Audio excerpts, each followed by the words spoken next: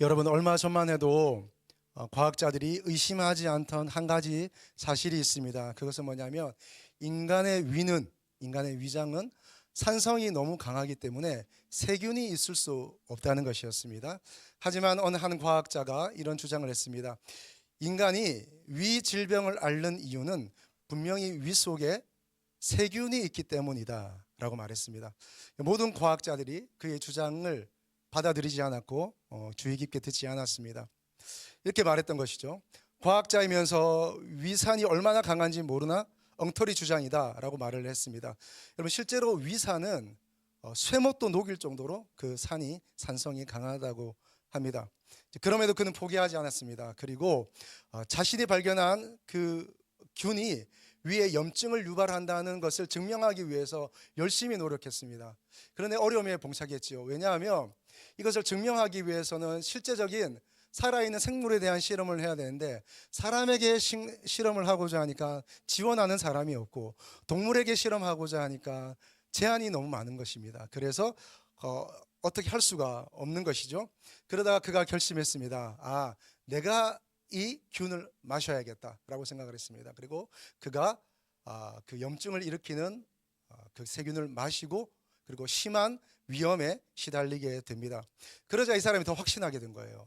진짜 위에 있는 균이 그 위염을 일으키는구나 생각을 했습니다. 이 사람이 누굴까요? 사진을 한번 보여주십시오. 여러분, 이 글자를 읽으면 하실 겁니다. 헬리코박터 균을 발견한 베리 마셜이라는 사람입니다. 이 과학자는요, 이 균이 위산을 증성화시키기 때문에 인간의 위장 속에 살 수 있으며 각종 위 질환을 일으킨다라고 그렇게 주장을 했고, 마침내 증명을 했습니다. 이 과학자가 2005년에 노벨상을 수상한 베리 마셜입니다. 그는 자신의 의견을 주장만 하지 않고 직접 몸으로 증명하며 질병 치료의 새로운 길을 열게 되었습니다. 사랑하는 여러분, 2000년 전에 예수님도 이 땅에 오셨습니다. 오셔서 인간의 몸을 입고 이 땅에서 가장 큰 인간의 질병이 무엇인지, 그리고 그 질병이 어떻게 해서 자유로워질 수 있는지 보여주셨습니다. 뿐만 아니라 그 질병, 인간의 질병, 그리고 그 질병을 직접 그분은 경험하고 그 질병 가운데 살면서, 그리고 그 아픔과 상처를 경험했고, 어떻게 하면 그 시련과 역경을 이겨낼 수 있는지, 그 고난이 무엇인지, 그리고 그것을 몸소 경험하고 보여주셨던 분입니다. 어떻게 하면 그것으로부터 자유할 수 있고, 어떻게 하면 그것을 이겨낼 수 있는지 그분은 직접 보여주신 분입니다. 단순히 치료 방법만 알려주시는 게 아니라 함께 아파하며 어떻게 이겨낼 수 있는지를 보여주신 분이 바로 예수님이십니다. 2000년 전 작은 마을 베들레헴에 한 아기가 태어났습니다. 그는 성장해서 하나님과 사람들에게 사랑스러워져 갔고, 또 사랑을 받으며 살았습니다. 성장한 후에는 많은 사람들에게 하나님을 보여주고 천국을 전파하고 병든 자를 치유하고 섬겼습니다.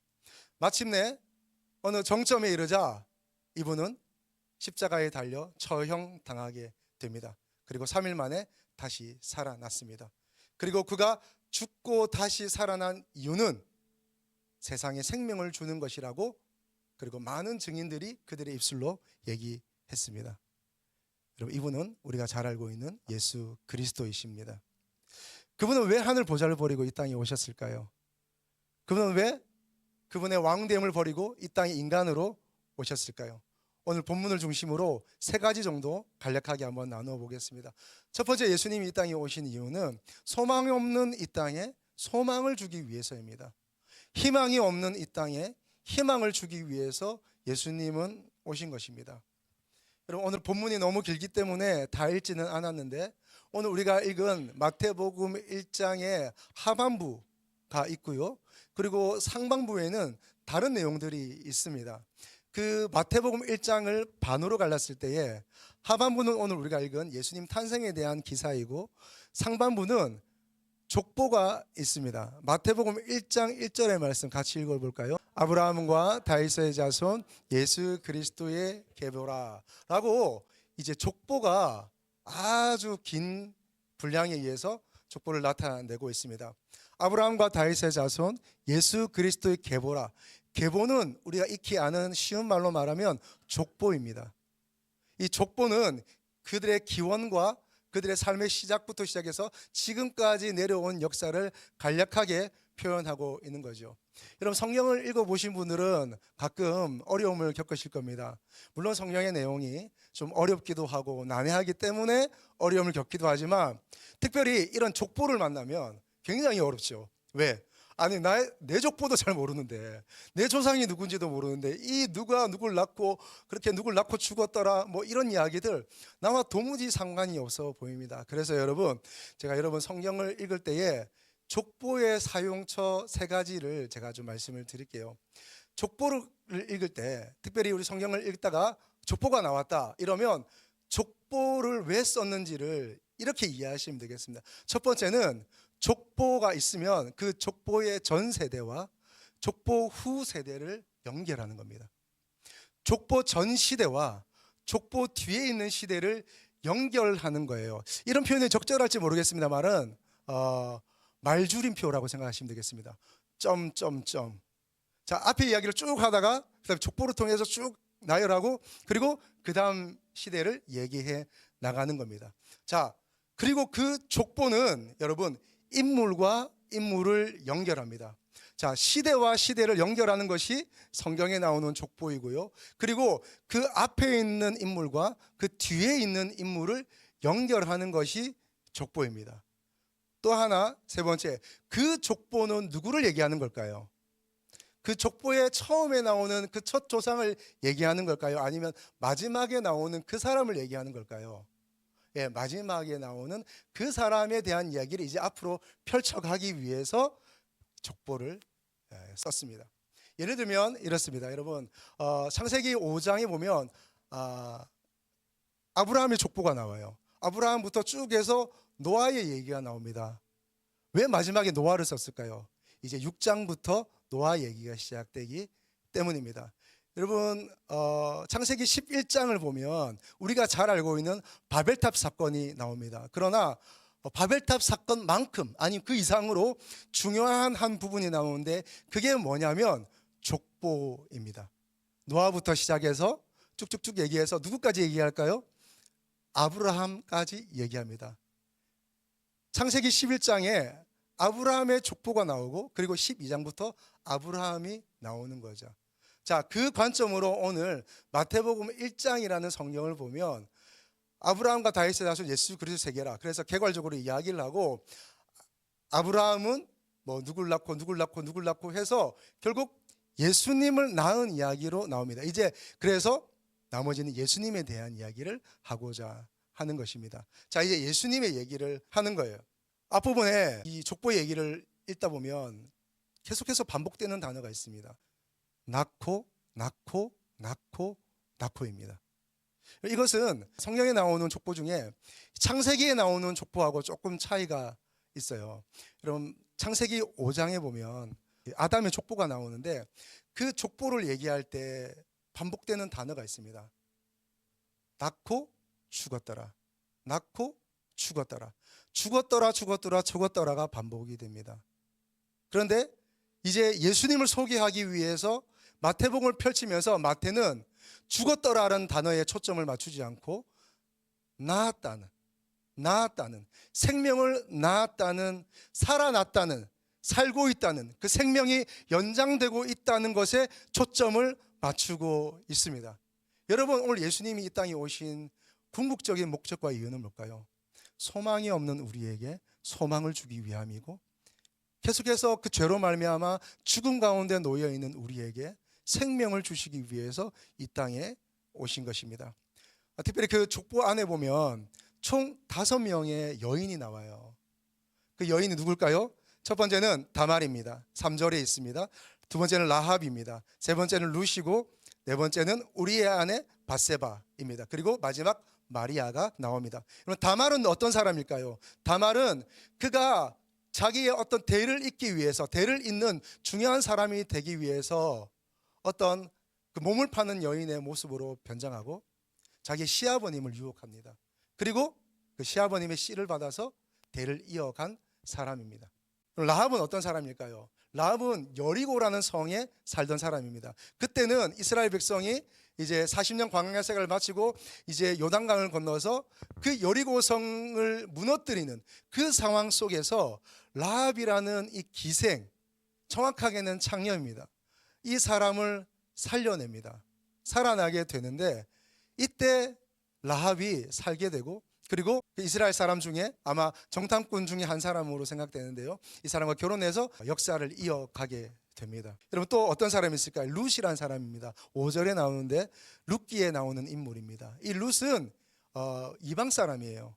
우리로 치면 외국 사람인 거죠. 그러니까 정확하게 이스라엘의 혈통을 이어갈 수 없는 사람인 거예요. 이스라엘의 혈통을 이어가기에는 부적절한 사람입니다. 그런데 그가 이스라엘 역사와 예수 그리스도가 탄생되는 그 중요한 맥락을 이어가는 일에 아주 중요한 역할을 하는 사람이 된 것이죠. 우리아의 아내 밧세바, 잘 아실 것입니다.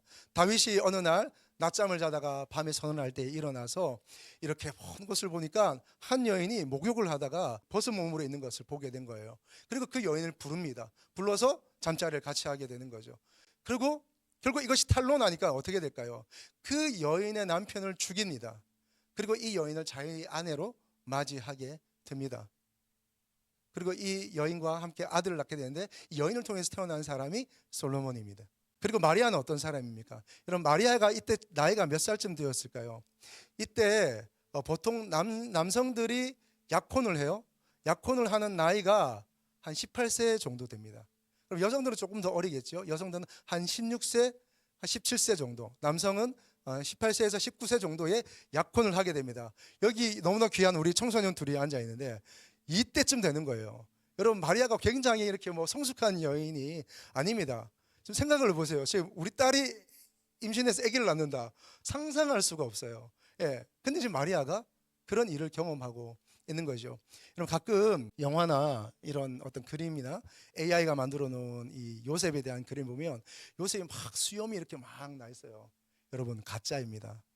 그 18세 19세 나이가 이제 수염이 자라면 얼마나 자랐겠습니까?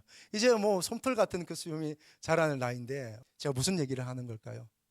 어린 나이에 이런 걸 경험한 아이들입니다. 여러분, 이 여인들 잘 보세요. 어떻게 보면 자격이 없고, 어떻게 보면 그 인생이 너무 기구합니다. 너무나 어리고 약하고 이런 사람들이었습니다. 그런데 하나님이 예수 그리스도가 탄생하는 그 중요한 하나님의 통로로 이들을 사용하고 있는 것입니다. 여러분, 여러분의 인생은 어떠세요? 너무 참담하지 않으세요?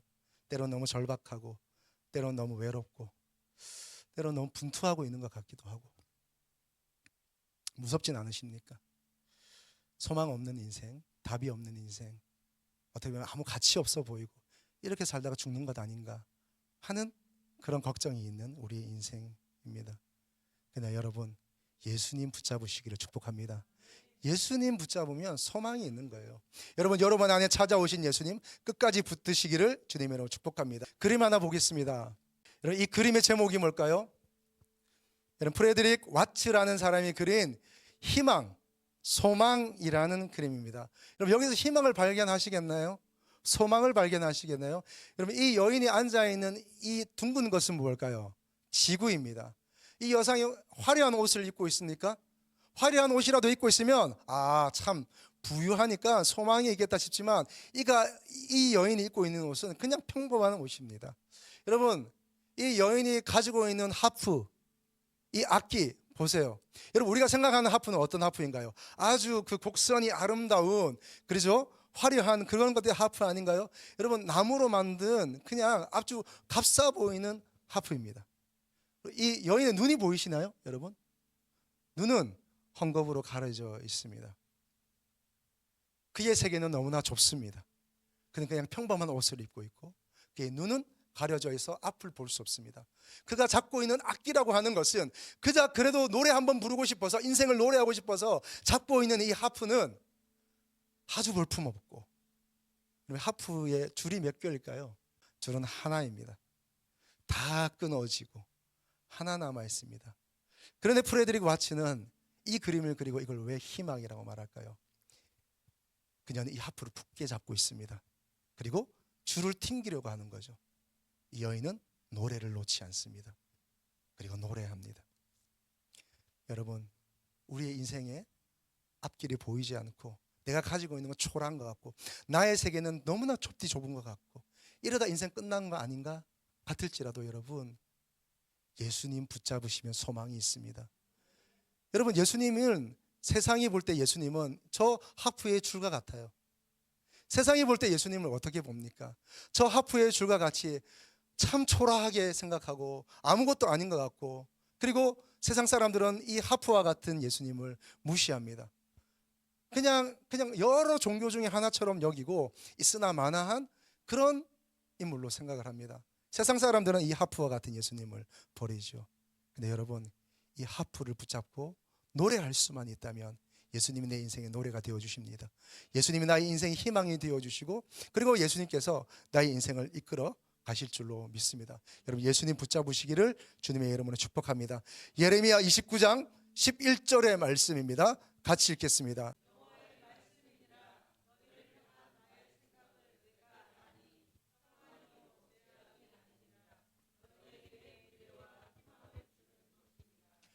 아멘. 자, 그런가 하면 예수님께서 이 땅에 오신 궁극적인 목적, 분명한 목적, 근원적인 이유는 무엇인가? 죄에서 우리를 구원하시기 위해서입니다. 마태복음 1장 21절의 말씀입니다.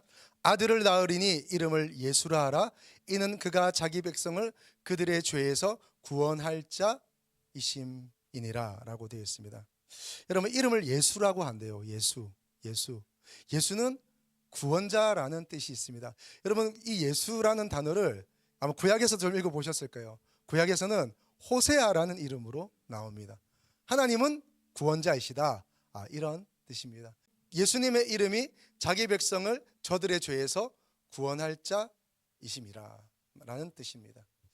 예수님이 우리의 죄에서 구원하신다는 사실은 우리가 너무 잘 알고 있습니다. 그런데 여러분, 이 예수님이 자기 백성을 저희 죄에서 구원할 자이라는 말씀에 보세요. 자기 백성을 구원할 자라고 말씀하고 있습니다. 예수님은 자기의 백성을 절대 놓지 않으십니다. 자, 그런데 자기 백성을 뭐에서 구원해요? 죄에서 구원합니다. 죄에서. 여러분, 죄가 뭔가요? 죄? 여러분 생각하는 죄는 뭡니까? 여러분이 생각하는 죄는 어제 말한 거짓말입니까? 여러분이 생각하는 여러분 안에 있는 음란함입니까? 여러분이 생각하는 죄는 내가 사람을 미워하는 것입니까? 여러분이 생각하는 그 죄는 내가 시험 칠 때 치팅하는 것이었습니까? 내가 생각하는 죄는 내게 주어진 돈이 아닌데 내가 이렇게 함부로 가지고 있는 이런 것입니까? 내가 생각하는 죄는 무엇입니까? 윤리 도덕적인 죄입니까? 물론 그것도 죄이지만 성경에서 말하는 죄는 그 모든 죄를 포함할 뿐만 아니라 더 근원적인 죄를 말합니다. 그 죄는 하나님 자리에 오르는 것입니다. 하나님 자리에 올라서 내가 하나님이 되고 내가 하나님의 역할을 하려고 하고 내가 공급자요, 내가 복을 주는 자요, 내가 명령과 기준이 되어서 내가 내 삶을 움직이고 다스리려고 하는 그 모든 시도와 중심, 그것이 죄입니다. 그런 사람에게 나타나는 중요한 특성은 뭘까요? 그런 사람에게 나타나는 하나님의 자리에 올라서 자기가 하나님처럼 자기 인생을 움직이려고 하는 사람에게 나타나는 중요한 어떤 특성이 있습니다. 그거는 자기중심성입니다. 자기중심성. 자기중심적으로 살아가는 거죠. 하나님이 없고 하나님 눈에 보이지 않음으로 말미암아 하나님을 부정하고, 그러니 누군가는 하나님이 되어야 돼요. 내가 하나님이 되고, 그리고 나 중심으로 사는 거죠. 여러분, 마치 지구가 태양 주위를 돌아가는데, 그래서 이것을 우리가 아는 말로 지동설이라고 얘기합니다. 그런데 예전에는 어땠습니까? 예전에 코페르니쿠스가 이것을 발견하기 전에, 그 지구가 움직인다는 것을 우리가 알기 전에 우리는 지구 중심에서 태양이 움직이고 별이 움직이고 하늘이 움직인다고 그렇게 생각을 했습니다. 여러분, 마치 이런 것입니다. 그래서 예수를 믿는 것은 코페르니쿠스적인 혁명이라고 말할 수 있는데, 자기 중심으로 모든 것이 돌아간다고 생각하고 그렇게 움직이려고 했던 사람이 이제 예수님을 만나면 예수님을 중심으로 자기가 움직이는 거예요. 여러분, 죄는 무엇입니까? 하나님 없이 자기 중심적으로 사는 것입니다. 여러분, 저는 정말 하지 않으려고 하는 많은 노력 중에 하나가 제가 예배 중에 설교 중에 정치 이야기 하지 않으려고 부단히 애를 쓰고 있습니다. 왜냐하면 정치의 얘기는 반드시 싸움을 가져오거든요. 여러분, 건강한 정치는 교회 안에서 해도 됩니다. 이 나라가 어떻게 가야 되는지, 그리고 이 사회가 어떻게 발전해야 되는지 이런 얘기는 해야 됩니다. 그러나 한편에 서서 그것이 오른쪽이든 왼쪽이든 그것이 가운데 있든지 간에 한편에 서서 자기의 의견을 주장하듯이 얘기하는 정치 이야기는 절대 하지 마십시오. 제가 강단에서 절대 해서는 안 되는 이야기가 이런 이야기입니다. 그러나 여러분, 이것이 정치적인 이야기로 좀 비출까 싶어서 제가 미리 말씀을 드린 것입니다. 저는 정치 이야기 절대 하지 않습니다. 그러나 오늘 이 사회가 움직여가는 이 시대를 보면서 비단 우리가 맡고 있는 이 시국뿐만 아니라 오고 오는 세대 가운데, 그리고 또 앞으로 일어날 많은 오고 오는 세대, 그리고 지나간 세대 가운데 수많은 일들이 우리 인류 가운데 있었습니다. 뺏고 탄압하고 죽이고, 그리고 자기가 중심이 되어 사는 이 삶들이 세계 가운데 있었습니다. 여러분, 우리가 지금 처한 다시는 없어야 될 것 같은 이 대통령이 탄핵되는 위기, 이 위기 정말 다시는 없으면 좋겠는데 우리는 지금 이 위기 속에 있습니다. 여러분, 그런 생각 안 해보셨어요? 여러분, 우리 어떻게 이런 일이 일어났을까요? 대통령이 탄핵되면 다 해결될까요? 아니면 대통령이 그 자리를 유지하면 일이 괜찮아질까요? 어떻게 될까요? 여러분, 그것도 답이 아닙니다. 탄핵도 답이 아니고 그 자리를 유지하는 것도 답이 아닙니다. 그러면 다른 사람이 대통령이 되면 그렇게 괜찮을까요? 모르겠습니다. 조금 나아질 수는 있겠지만 큰 차이는 없습니다. 여러분, 잘 귀담아 들어보십시오. 왜냐하면 사람에게는 죄가 있기 때문입니다. 왜 이 세상은 이렇게 어렵고 위기 가운데 악이 득세할까요? 여러분, 왜 사회는 이렇게 악이 춤을 추는 사회가 될까요? 여러분, 사회가 민주화로 발전됐다고 얘기합니다. 경제가 발전됐다고 얘기합니다. 그렇다고 해서 이 세상 가운데 악이 없어집니까? 아니요, 여전히 있습니다. 왜일까요? 사람 안에, 사람의 모임이라는 인간, 이 인간이 모여서 이루는 사회 속에는 죄가 있기 때문입니다. 이 죄는 뭡니까? 다시 말해서 하나님 없는 삶이에요. 하나님 없이 내가 주인이 되어 내 중심으로 살고자 하는 그 모든 사회의 일과 가치는 악으로 치달을 수밖에 없는 거예요. 여러분, 왜 예수님이 필요할까요? 예수님 믿고 천당 가기 위해서 맞습니다. 영생을 누리기 위해서 맞습니다. 그러나 저는 그것과 함께 동시에 이렇게 여러분 설교 가운데 호소하고 싶습니다. 왜? 그것이 성경의 메시지니까요. 예수님이 이 땅에 오신 이유는 죄 많은 인간, 죄가 있는 우리 인간들에게는 아무런 소망이 없기 때문입니다. 열심히 살아봐야 계속해서 죄를 생산하는 거예요. 아무런 소망이 없습니다. 그러면 뭐가 소망이에요? 예수님이 소망입니다. 그 소망 대신 예수님을 붙들고 예수님과 함께 그 예수님 안에서 자기를 발견하고 그 예수님을 따라 예수님을 닮으려고 그것을 위해서 자기 자신을 성경 안에서 말씀하면서 비추어서 자기를 쳐서 복종시키고 성령의 도우심을 구하며 끊임없이 성령 안에서 예수님을 닮아갈 때 그때 소망이 있는 거예요. 여러분, 이 땅에 교육의 소망이 있습니까? 정치의 소망이 있습니까? 가정의 소망이 있습니까? 그 어디에도 소망이 없어요. 그런데 오직 예수님께만 소망이 있으니 그 예수님과 함께 예수님을 닮아가려는 그 사람과 가정과 공동체에 소망이 있는 줄로 믿습니다. 여러분, 예수 붙드시기를 주님의 이름으로 축복합니다. 여러분, 리디아 백스터라는 사람이 있습니다. 그 사람은 누구냐면 슬픈 마음 있는 사람, 예수 이름 믿으면, 우리가 좀 전에 불렀던 이 찬송가를 만든 사람입니다. 어느 날 이 백스터 부인에게 누가 물었습니다. 백스터, 당신은 질병 중에 있으면서도 우리보다 더욱 활기차 넘치는 그 비결이 뭔가요? 백스터가 대답했습니다. 저는 특별한 무기를 가지고 있습니다. 대단히 특별한 갑옷을 입고 있습니다. 예수의 이름을 가지고 있습니다. 저는 우울할 때나 화가 날 때나 괴로울 때 예수의 이름을 사용하여 그 대적을 물리칩니다.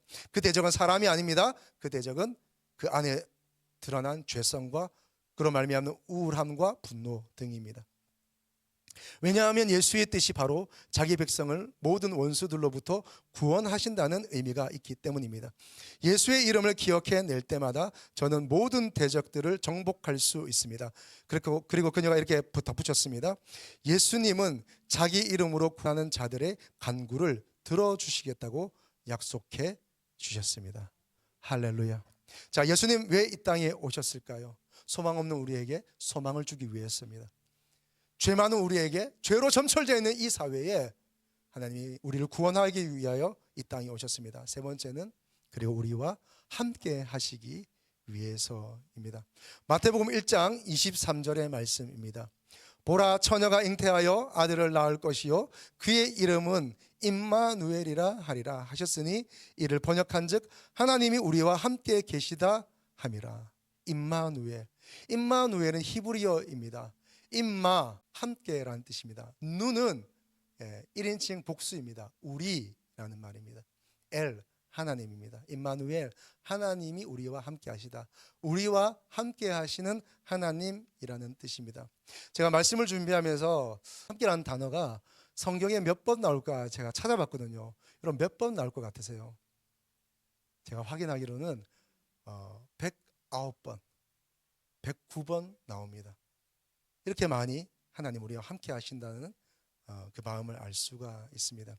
여러분 저는 20대 초반에 예수님을 만나고 그 마음에 뜨거움을 감출 수 없었습니다. 물론 저는 모태신앙입니다. 모태신앙이라 할 수 있죠. 어머니 뱃속부터 이미 제 의지와 관계없이 교회를 다니고 있었으니까요.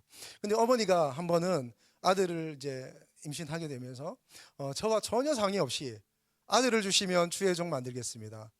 하나님께 서원기도 했습니다.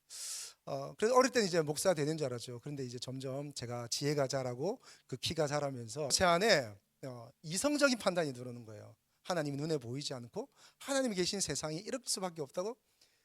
우리 어머니 저렇게 기도를 많이 하시는데 우리 가정은 이렇다고 도저히 용납이 되지 않았습니다.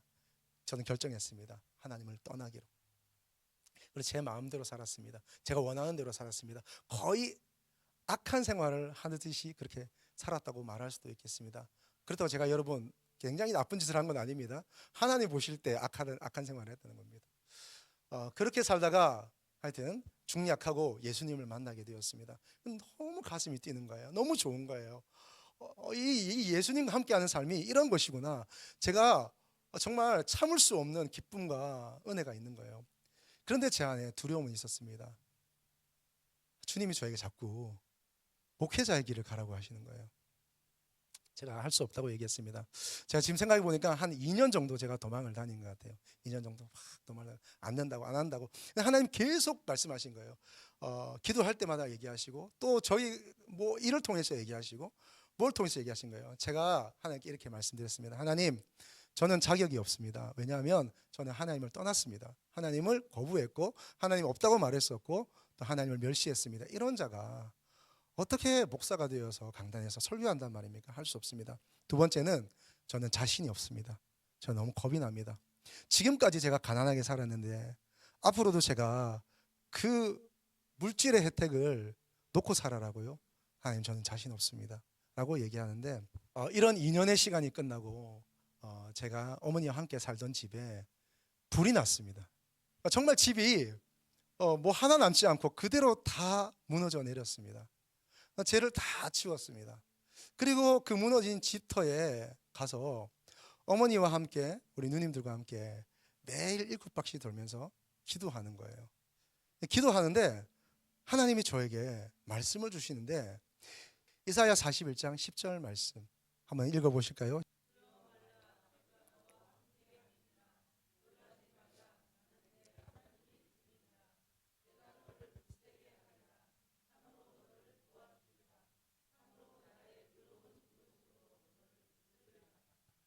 너무나 유명한 말씀입니다. 그런데 그때 이 말씀을 제가 불난 집터 위에서 받을 때는 이 말씀으로 받은 게 아니라 이사야 41장 10절 이렇게 제 마음에 받았어요. 그때는 이사야 41장 10절의 말씀이 이 내용인지 몰랐습니다. 성경을 몰랐기 때문에 이사야 41장의 내용이 뭔지 몰랐습니다. 그런데 이사야 41장 10절이라는 그 감동을 제 마음에 받고 내려가서 이 성경 구절을 읽었어요. 그리고 알았습니다. 이 내용이구나.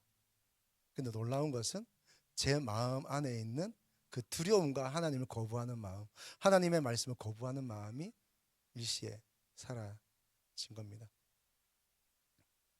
이런 말씀을 마치면서 제가 한 가지 이야기만 더 하고 말씀 마치겠습니다. 제가 이제 청년 사역을 할 때에 조금 규모 있는 교회에서 이제 청년 공동체를 맡아서 사역하고 있었습니다. 그때 함께 사역하던 분 중에 김명선이라는 분이 계셨습니다. 여자분이셨습니다. 이분이 찬양 인도를 하셨어요. 이분이 찬양 인도를 할 때 결혼한 상태였고, 그리고 그 남편분이 김명선 씨가 찬양 인도를 하는 동안 그 남편분은 밑에서 아이를 이제 안고 있었던 것이죠. 그분은 예수전도단이라는 선교단체에서 훈련을 받고 또 작곡도 하고 그런 분이셨습니다. 그래서 청년부 안에서 자기가 작곡하고 했던 찬양을 많이 불렀습니다. 그리고 저는 이제 헤어졌죠. 저는 그 청년부를 나오게 되고, 그리고 다른 곳으로 가게 되었습니다. 그리고 그분도 어디로 갔던 것 같아요. 그리고 서로는 연락을 할 수 없었습니다. 그냥 페이스북으로 서로의 소식을 알게 되었습니다. 그런데 그 어느 날 이 남편분에게 담도암이 찾아온 거예요. 그리고 이 담도암 치료 과정 속에서 이 김명선 씨가 열심히 이 남편을 보호하고 간호하게 되었습니다. 근데 저 그 페북에 올라온 글들을 제가 이렇게 쭉 보면서 또 같이 기도하면서 제가 어느 순간 이런 생각이 드는 거예요. 이분이 그때 함께 작곡하고 불렀던 그 곡은 정말 저에게 예언같이 들리는 거예요. 그 곡은 뭐냐면, 여러분 아시는 분 잘 아시겠지만 시선이라는 찬양입니다. 내게로부터 눈을 들어 주를 보기 시작할 때 주의 일을 보겠네. 내 작은 마음 돌이키사 하늘의 꿈 꾸게 하네. 주님을 볼 때 성령이 나를 변화시켜 모든 두려움 사라질 때 주의 일을 보겠네. 황폐한 땅 한가운데서 주님 마음 알게 되리.